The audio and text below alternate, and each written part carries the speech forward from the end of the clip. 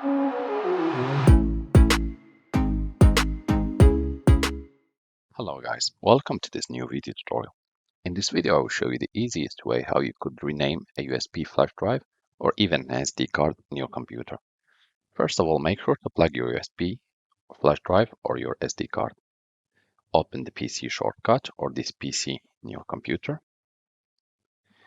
Go to the concerned USB flash drive or the SD card and click with the right button of the mouse. Scroll down or go to Properties. This works for people who has Windows 7, Windows 8, Windows 10, and Windows 11 is the same way. Here under General, next to this little hard disk, you will click in this empty space and name your USB drive. We're going to name it Library 1. Once done, click Apply and click OK. And as you can see, the name has been changed accordingly. Thank you for watching and talk to you soon in a new video tutorial.